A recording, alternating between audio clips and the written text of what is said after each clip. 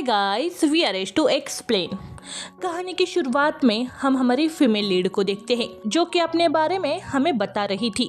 वो बताती है, मेरा नाम सुमन है और मैं एक सीनियर स्टूडेंट हूँ, मतलब मैं जल्दी ही ग्रेजुएट होने वाली हूँ। वैसे मुझे लोगों से बात करना ज्यादा पसंद नहीं है क्योंकि मैं एक इंट्रोवर्ट पर्सन हूँ। मुझे अपनी ही कंपनी बहुत अच्छी लगती है और वैसे मैं मेरा ज्यादातर टाइम क्लास से ज्यादा लाइब्रेरी में बिताती हूँ। और वैसे लाइब्रेरी में उसकी एक खास सीट होती है जिस पर बैठने के लिए वो हर सुबह जल्दी आती थी। और फिर वो आगे बताती है कि मैं हॉस्टल में रहती हूँ, अपने फैमिली से बहुत ज्यादा दूर, और मेरी 3 रूममेट्स हैं। उसमें से 2 तो हमेशा अपने काम में बिजी होती है।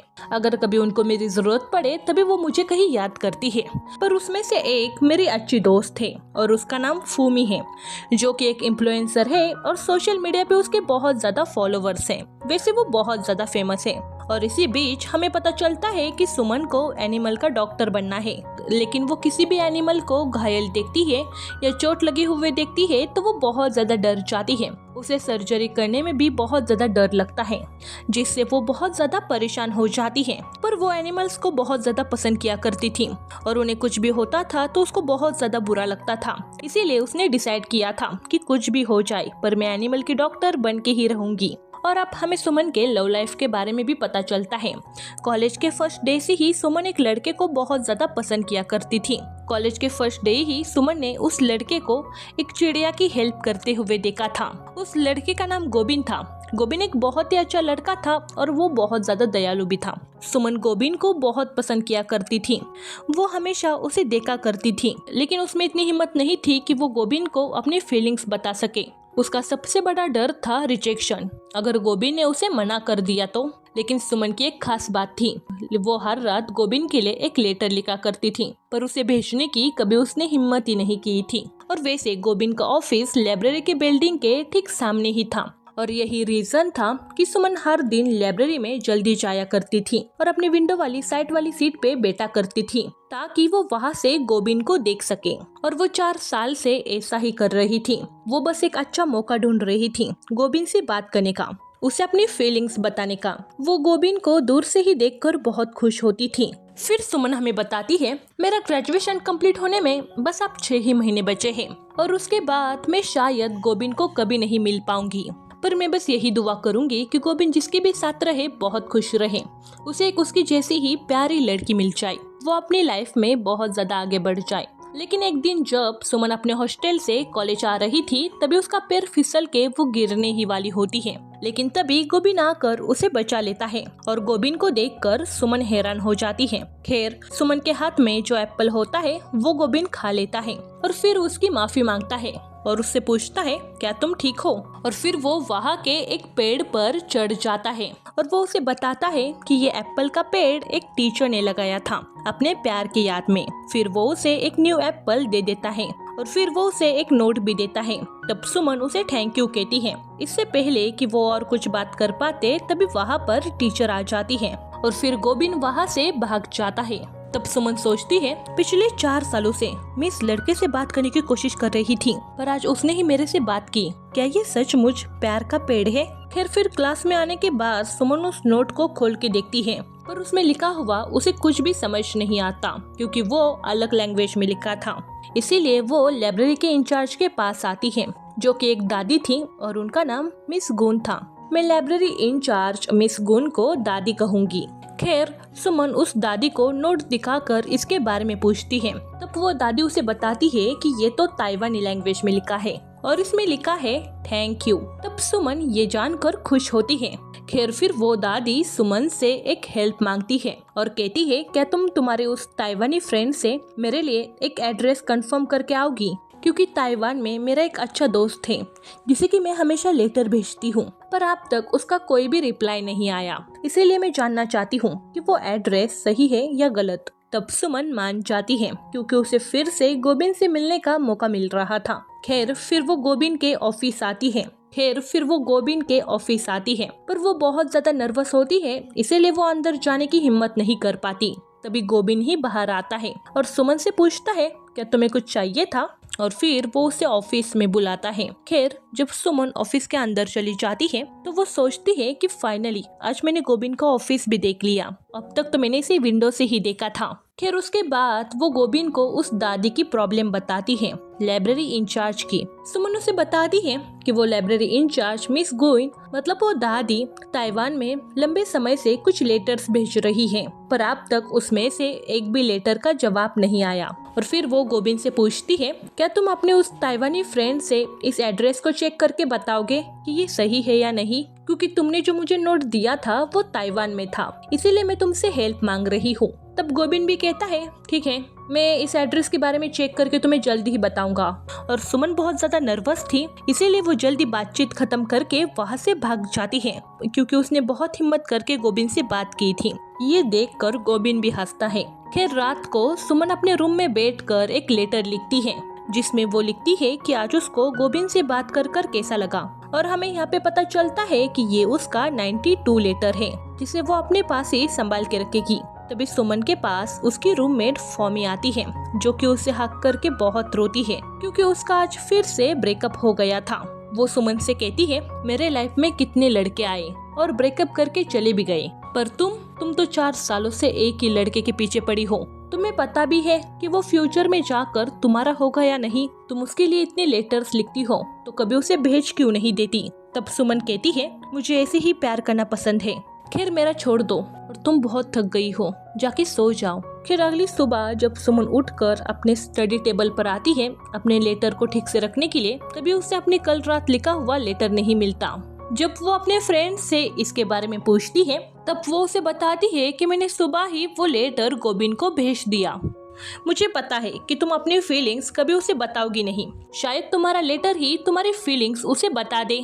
ये सुनकर सुमन परेशान हो जाती है और फिर वो जल्दी में गोबिन के ऑफिस जाती है, जहाँ पर वो टेबल पर लेटर पड़ा हुआ देखती है और अब तक वो लेटर गोबिन ने खोल के नहीं देखा था, जिस वजह से सुमन उस लेटर को वापस लेने ही चाहती है। तभी गोबिन उसे देख लेता है लेटर लेते हुए और फिर वो उस लेटर को लेता है और उससे पूछता है, इस लेटर के अंदर क्या है जो तुम इसे वापस लेने आई। सुमन नर्वस और पैनिक होकर कहती है, ये लेटर तुम्हारे लिए नहीं है, ये तुम्हारे बेस्ट फ्रेंड चुनुओ के लिए है। मैं चुनुओ को पसंद करती हूँ, इसीलिए मैंने उसके लिए ये लेटर लिखा है।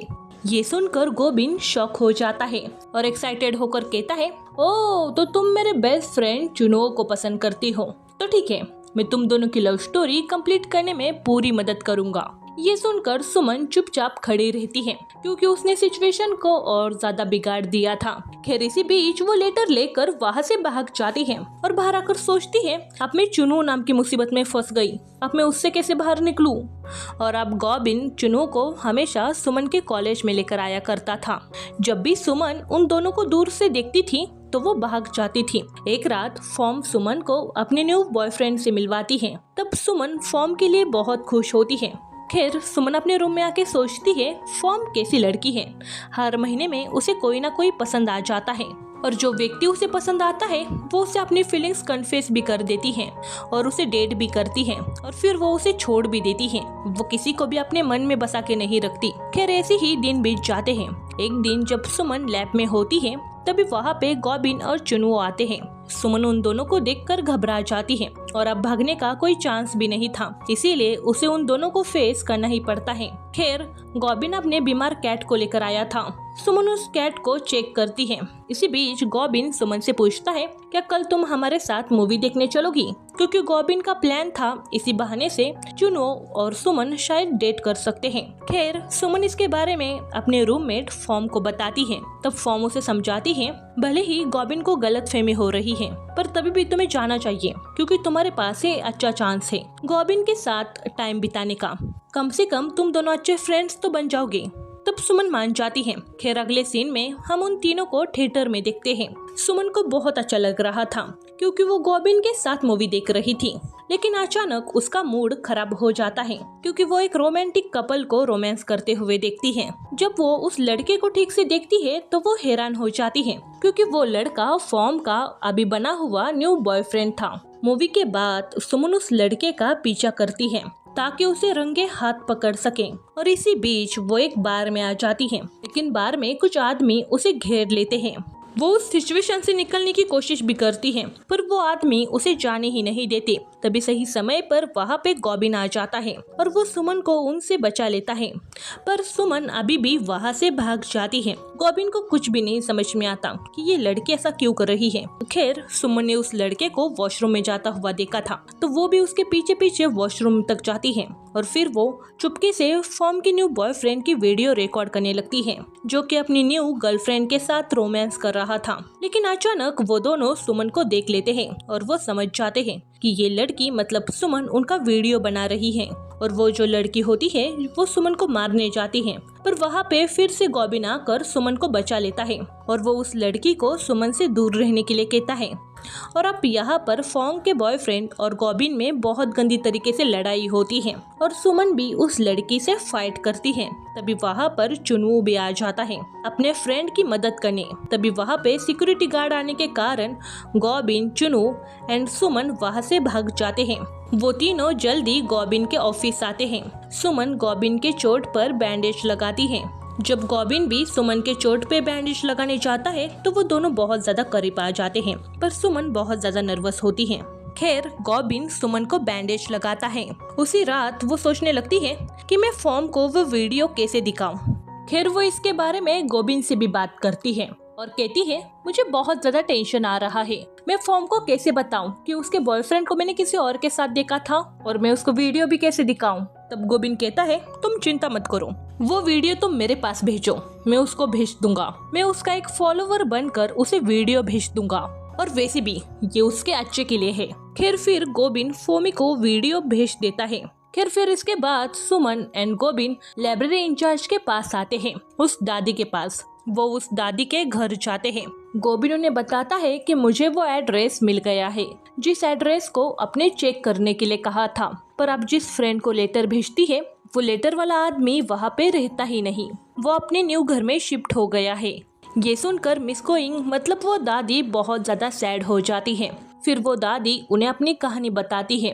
वो बताती है कॉलेज के दिनों में मुझे एक लड़का बहुत पसंद था और वो भी मुझे बहुत पसंद किया करता था, पर हम दोनों ने कभी भी एक दूसरे को अपनी फीलिंग्स नहीं बताई और ऐसे ही साल बीत गए और ऐसे ही हम दोनों अलग हो गए। फिर कुछ सालों बाद जब मैं अपना पुराना सामान चेक कर रही थी तभी उसमें मुझे एक लेटर मिला जो कि उस लड़के ने लिखा था और वो भी ताइवानी लैंग्वेज में, पर मुझे ताइवानी नहीं आती थी, इसीलिए मैंने उस लेटर को पढ़ने में बहुत ज़्यादा समय लगा दिया।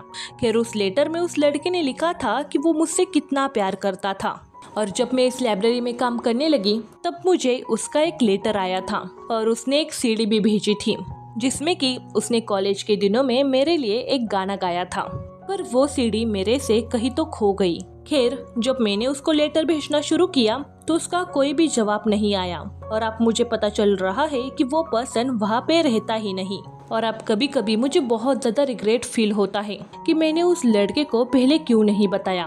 और फिर वो दादी रोने लगती है और कहती है अगर कॉलेज में मैंने थोड़ी सी हिम्मत जुटाकर उस आदमी को मेरी फीलिंग्स कन्फेस कर दी होती तो अब हम दोनों एक साथ होते। ये सुनकर गॉबिन एंड सुमन को उस दादी के लिए बहुत ज्यादा बुरा लगता है, मतलब मिस गून के लिए। खैर, फिर सुमन और गॉबिन हॉस्टल वापस आने लगते हैं। खैर, रात को दादी ने सुनाई हुई कहानी को याद करके सुमन बहुत ज्यादा परेशान होती है और सोचती है कि आगे जाके मुझे भी इस चीज का रिग्रेट होगा अगर मैंने गॉबिन को अपनी फीलिंग्स नहीं बताई तो। हम साथ रहे या ना रहे, पर मुझे उसे अपनी फीलिंग्स बतानी चाहिए। इसीलिए वो डिसाइड करती है कि वो जल्दी हिम्मत जुटाकर गॉबिन को अपनी फीलिंग्स बता देगी। खैर, अगले दिन सुमन एंड गॉबिन लाइब्रेरी में ही सीडी ढूंढने लगते हैं क्योंकि दादी ने उन्हें बताया था कि उनके ताइवानी बॉयफ्रेंड ने भेजी हुई वो सीडी कहीं लाइब्रेरी में ही खो गई है। इसीलिए वो दोनों लाइब्रेरी में सीडी ढूंढ रहे थे। खैर, उन दोनों को वो सीडी मिल भी जाती है। खैर, फिर वो सब वो म्यूजिक को सुनते हैं जिससे दादी बहुत ज्यादा इमोशनल हो जाती है और वो अपने लवर को याद करने लगती है। दादी की हेल्प करके सुमन एंड गॉबिन को बहुत अच्छा लगता है और ये देखकर गॉबिन डिसाइड करता है कि वो चुनू और सुमन को मिलवा के ही रहेगा और इसीलिए वो उन दोनों को झूठ बोलकर डेट के लिए भेजता है। वो दोनों बहुत ज्यादा दूर दूर बैठे थे। खैर, चुनू बस सुमन को देके जा रहा था और सुमन बहुत ज्यादा अनकंफर्टेबल फील कर रही थी क्योंकि वो बहुत इंट्रोवर्ट थी, उसे ज्यादा बात करना पसंद नहीं था। मेन पॉइंट, वो जिसके साथ कंफर्टेबल फील करती है वो उसके साथ ही बात करती थी। सुमन को समझ नहीं आ रहा था कि इससे क्या बात करूं। खैर फिर चुनू सुमन से कहता है, सॉरी पर मैं तुमसे डायरेक्टली कहता हूँ कि मुझे तुम पसंद नहीं हो, मुझे तुम्हारी फ्रेंड फॉन्ग पसंद है। तब सुमन ये सुनकर बहुत ज्यादा खुश होती है क्योंकि चुनू नाम की मुसीबत उसके बीच से हट गई थी और वैसे भी वो चुनू को पसंद नहीं करती थी। और अब वैसे चुनू ये सब गोबिन को भी बताता है कि मुझे सुमन पसंद नहीं तो उसकी फ्रेंड फॉर्म पसंद है। खैर फिर यहाँ से सुमन एंड गोबिन चैटिंग पे बात करने लगते हैं। वो दोनों बहुत अच्छे दोस्त बन गए थे, वो बहुत सारा समय साथ में बिताते हैं। खैर इसी बीच उनकी एग्जाम भी होती है, इसीलिए वो दोनों बहुत पढ़ाई भी करते हैं। परफॉर्मेंस सर्जरी के दौरान सुमन बहुत ज्यादा डर रही थी, तब गोबिन उसका हौसला बढ़ाता है। इसी तरह सुमन अपनी सर्जरी कंप्लीट कर लेती है और वो एग्जाम में भी पास हो जाती है। दूसरी तरफ गोबिन भी अपना प्रोजेक्ट बना के सबमिट कर देता है और वो भी एग्जाम में पास हो जाता है। खैर फिर उनके सारे फ्रेंड्स प्लान बनाते हैं घूमने जाने का। तब फॉर्म सुमन से कहती है, कल सही टाइम है, तुम्हें गोबिन को अपनी फीलिंग बतानी चाहिए। तब सुमन कहती है, ठीक है, और फिर वो एक लेटर लिखती है जिसे कि वो गोबिन को पढ़ के सुनाने वाली थी। अगले दिन वो सब एक जगह पर मिलते हैं। गोबिन बस सुमन को देख के ही जा रहा था क्योंकि सुमन बहुत ज्यादा ब्यूटीफुल लग रही थी और सुमन को तैयार करने में फॉर्म का हाथ था। खैर फिर वो सब अम्यूजमेंट पार्क जाते हैं, वो वहाँ पर बहुत ज्यादा एंजॉय करते हैं। खैर जब सुमन और गोबिन मिनी कार में बैठे होते हैं तभी सुमन गोबिन को कुछ तो बताने चाहती है, पर तभी दूसरी मिनी कार आके उनसे टकरा जाती है। इसी बीच गोबिन को चक्कर आते हैं और ये सब सुमन भी नोटिस करती है। खैर तभी सुमन गोबिन से पूछती है, क्या तुम ठीक हो? तब गोबिन कहता है, हाँ चलो यहाँ से चलते हैं, और फिर गोबिन वहाँ से उठकर चला जाता है। खैर हॉस्टल वापस आते टाइम फॉर्म गोबिन एंड सुमन को अकेले छोड़ के टैक्सी में चली जाती है। वो दोनों दिन भर बहुत ज्यादा घूमते हैं और फिर रात को गोबिन सुमन को अपने सीक्रेट जगह पे लेकर आता है जो कि सुमन को बहुत पसंद आती है। खैर फिर वो दोनों थोड़ी बातें करते हैं। तभी इसी बीच सुमन हिम्मत करके लेटर पढ़ना शुरू करती है जो कि उसने गोबिन के लिए लिखा था, जिसमें उसने सब कुछ लिखा था कि कैसे उसे गोबिन से प्यार हुआ। वो उस लेटर को पढ़ना शुरू करती है। वो उसे बताती है, कॉलेज के फर्स्ट डे जब मैं कॉलेज आ रही थी तब मैंने एक लड़के को पेड़ पर चढ़ा हुआ देखा था जो कि कुछ पंछियों की मदद कर रहा था और तुम्हारा वही काइंड नेचर देखकर मुझे तुम बहुत पसंद आए थे। पता नहीं थी कि वो फीलिंग्स क्या है, पर मुझे तब तुम बहुत अच्छे लगे। मैं तुम्हें हमेशा छुप छुप कर देखा करती थी, मैं तुम्हारी छुप छुप कर फोटोज खींचा करती थी। मेरे पास तुम्हारी बहुत सारी फोटोज है। मैं बस तुम्हें देखने के लिए तुम्हारे क्लास में भी आया करती थी, लेकिन तुम कभी क्लास में बैठते ही नहीं थे। हर दिन मैं बस तुम्हें देखने के लिए तरस जाती थी।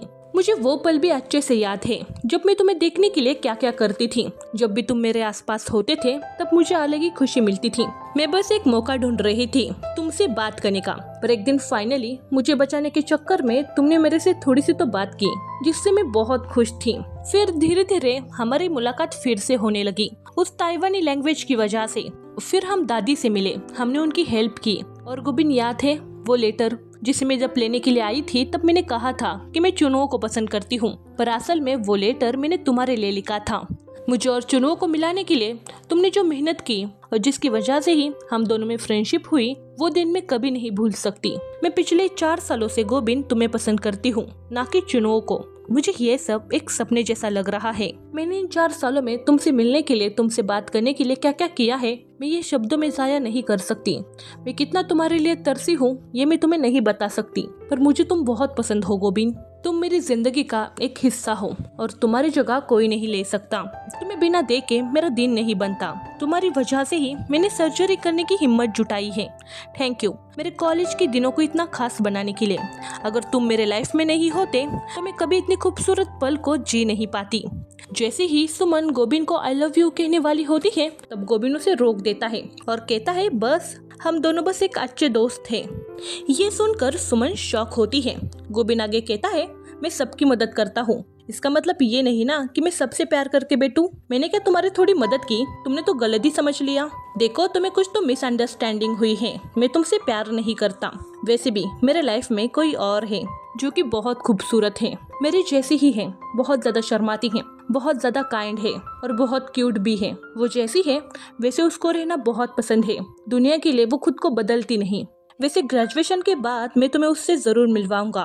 और वैसे आप मुझे लगता है कि हमें बहुत ज्यादा लेट हो गया है, इसीलिए हमें हॉस्टल जाना चाहिए। और एक बात मैं तुम्हें बताना भूल गया, और हाँ, मैं ग्रेजुएशन के बाद ताइवान शिफ्ट होने वाला हूँ, तो शायद हम कभी दोबारा मिल नहीं पाएंगे। ये सुनकर सुमन का दिल टूट जाता है। वो सोचती है मैंने इससे इतना प्यार किया, पर शायद कभी इसने मुझे 1% भी पसंद किया होगा। मैं ही पागल थी जो इसके पीछे पड़ी हुई थी। खैर, सुमन हॉस्टल वापस आ जाती है और रिजेक्शन की वजह से वो बहुत ज्यादा रोती है। और अब वो डिसाइड करती है कि वो गोबिन से कभी नहीं मिलेगी। वो आपसे गोबिन से नहीं मिलती। वो पहले जैसी ही चुपचाप रहती है। वो किसी से ज्यादा बात नहीं करती, किसी से ज्यादा मिलती नहीं। वो बस अपने आगे की पढ़ाई पर फोकस करती है। वो पूरी तरीके से अकेले हो गई थी। वो अपने और गोबिन के कुछ पलों को याद करके रात रात तक रोती थी। खैर, ग्रेजुएशन के पहले एक पार्टी होती है। गोबिन एंड सुमन उस पार्टी में होते हैं, पर बहुत दूर दूर। गोबिन बहुत ज्यादा हैप्पी होता है, पर सुमन उदास। उस पार्टी में वो दोनों एक दूसरे की तरफ देखते भी नहीं और न ही बातें करते हैं। खैर, ग्रेजुएशन के दिन हर कोई खुश होता है सिवाय सुमन के। हर कोई फोटो खींच रहा था, लेकिन सुमन बस वहाँ से जाने लगती है। इसी बीच सुमन की नजर गोबिन के प्रोजेक्ट पर जाती है, जिसे की फर्स्ट रैंक मिला था। और वहाँ पर वो अपने और गोबिन के फोटो को देखती है, और ये देखकर वो शॉक होती है और सोचती है क्या वो सचमुच गोबिन के लिए इम्पोर्टेंट है, और अगर मैं गोबिन के लिए इम्पोर्टेंट हूँ तो उसने मेरे से ये छुपा के क्यों रखा। इसीलिए वो फिर गोबिन से मिलने बॉयज हॉस्टल में जाती है, जहाँ पर चुनू उसे बताता है कि गोबिन तो पहले ही एयरपोर्ट के लिए निकल चुका है। फिर सुमन जल्दी में एयरपोर्ट की ओर भागती है, और फिर वो एयरपोर्ट आकर गोबिन का नाम जोर जोर से चिल्लाने लगती है। गोबिन ये देखकर हैरान हो जाता है। खैर, तभी सुमन को गोबिन मिल जाता है। वो गोबिन से कहती है पिछले 4 सालों से मैं तुमसे पागल के जैसे प्यार करती हूँ। आई लव यू गोबिन, और मैं हमेशा तुमसे प्यार करती हूँ और हमेशा करती रहूंगी। भले ही तुम किसी के भी साथ रहो, बस हमेशा खुश रहना। तो मैं उस दूसरी लड़की से जरूर मिलना चाहूंगी। मुझे पता है कि वो लड़की बहुत लकी होगी, क्योंकि तुम दोनों ने एक दूसरे को चुना है। मेरी बस यही दुआ है कि तुम हमेशा उसके साथ बहुत खुश रहना। अगर मैं आज तुमसे ये नहीं कहती तो फ्यूचर में जाके मुझे भी मिस गोन के जैसे बहुत ज्यादा रिग्रेट होता। गोबिन बस सुमन को देखता रहता है। गोबिन बस सुमन की तरफ देखकर मुस्कुराता है। वो बहुत खुश था कि सुमन स्ट्रॉन्ग बन गई है। खैर, वो बिना कुछ जवाब दिए वहाँ से चला जाता है। खैर, फिर हम 1 साल बाद का सीन देखते हैं। सुमन एनिमल्स की एक बहुत ही अच्छी डॉक्टर बन गई थी।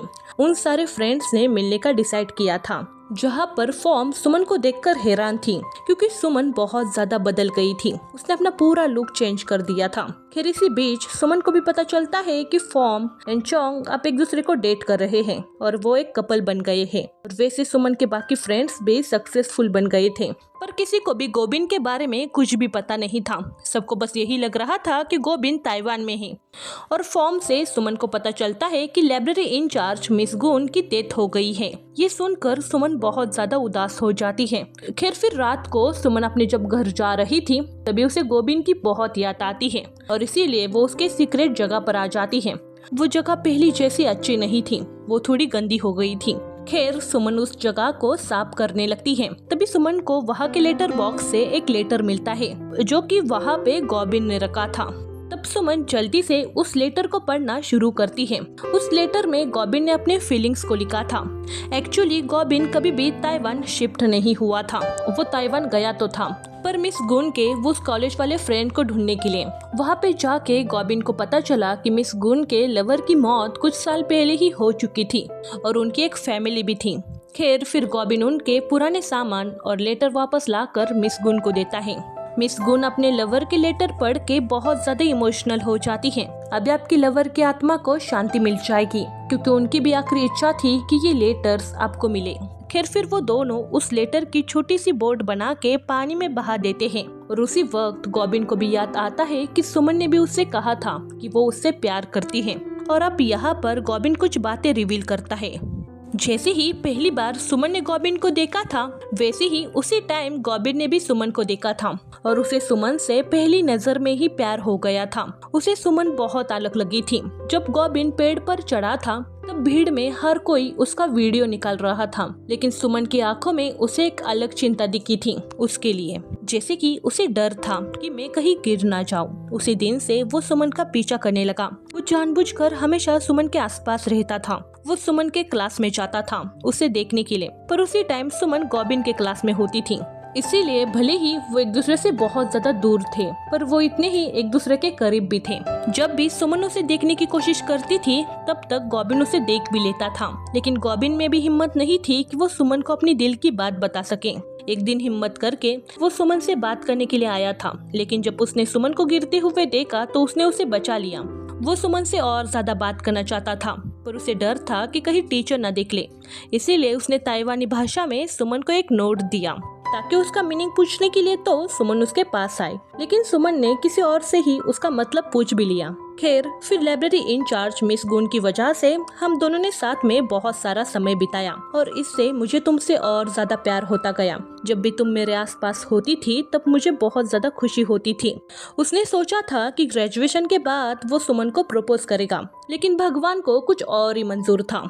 ग्रेजुएशन के 1 महीने पहले ही उसे पता चला कि उसे ब्रेन ट्यूमर है और उसके पास बहुत ज्यादा कम समय बचा है, जिससे वो बहुत ज्यादा टूट गया और उसने अपने सारे सपने जाते हुए देखे। इसीलिए वो बहुत ज्यादा रोया करता था। उसने ड्रिंक करना भी शुरू कर दिया था। उसने सुमन से भी मिलना बंद कर दिया, लेकिन एक दिन जब उसने फिर से सुमन को देखा तब उसके अंदर फिर से जीने की उम्मीद जगी। वो सुमन के साथ रह के खुश रहता था, इसीलिए उसने डिसाइड किया कि उसके पास जितनी भी लाइफ बची है वो उसे सुमन के साथ बिताएगा। लेकिन जब उसे पता चला कि सुमन भी उससे प्यार करती है तो उसे डर लगने लगा कि उसके जाने के बाद सुमन अपनी जिंदगी को खराब ना करके बैठे।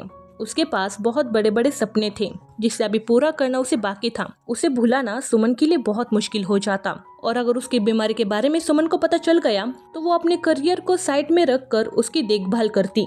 ये वो बिल्कुल नहीं चाहता था। तभी उसने डिसाइड किया कि वो सुमन से बहुत ज्यादा दूर हो जाएगा, क्योंकि वो नहीं चाहता था कि उसके जाने के बाद सुमन हमेशा उदास और अकेले रहे। वो चाहता था कि सुमन बहुत सक्सेसफुल हो जाए, वो हमेशा खुश रहे, वो अपने हर एक सपने को पूरा करे और एक अच्छे लड़के से शादी करे। उसने उस लेटर में लिखा था कि शायद जब तक तुम्हें ये लेटर मिलेगा तब तक मैं इस दुनिया में नहीं रहूंगा, मेरी डेथ हो गई होगी। पर थैंक यू सुमन, तुम्हारी वजह से मेरी लाइफ के वो आखिरी दिन बहुत अच्छे से गए। उसमें मैंने बहुत अच्छी यादें बनाई। उस लेटर को पढ़ के सुमन बहुत ज्यादा रोती है क्योंकि ये खबर बहुत ज्यादा बड़ी थी। तभी सुमन की नजर वहाँ पे रखी हुई एक पेंटिंग पर जाती है। जब सुमन उस पेंटिंग को देखती है तो वो बहुत ज्यादा हैरान होती है कि गॉबिन ने उसकी ही बहुत ही ब्यूटीफुल पेंटिंग बनाई थी और उसके नीचे लिखा था, मेरे लाइफ की सबसे सुंदर लड़की है ये, मेरा फर्स्ट लव। और इससे सुमन समझ जाती है कि वो जब गॉबिन को लाइब्रेरी के विंडो से देखा करती थी वैसे ही गॉबिन भी उसे अपने ऑफिस के विंडो से देखा करता था, और ये जानकर सुमन बहुत ज्यादा इमोशनल होती है। खैर, तभी उसे अचानक गॉबिन की आवाज सुनाई देती है। जब वो पीछे मुड़ती है तो उसे गॉबिन की आत्मा दिखती है। गॉबिन की आत्मा को देखकर सुमन बहुत ज्यादा इमोशनल हो जाती है और कहती है, तुमने मुझे क्यों नहीं बताया अपनी बीमारी के बारे में, और वैसे ये बात हमेशा याद रखना, मैं पहले भी तुम्हारी थी, अभी भी तुम्हारी हूँ और हमेशा तुम्हारी रहूंगी। और अब उन दोनों के मन में कोई भी रिग्रेट नहीं था क्योंकि उन्होंने अपनी फीलिंग्स एक दूसरे को पहले ही बता दी थी। और इसी के साथ ये मूवी यही खत्म हो जाती है। चलो बाय गाइस, मिलते हैं नेक्स्ट वीडियो में।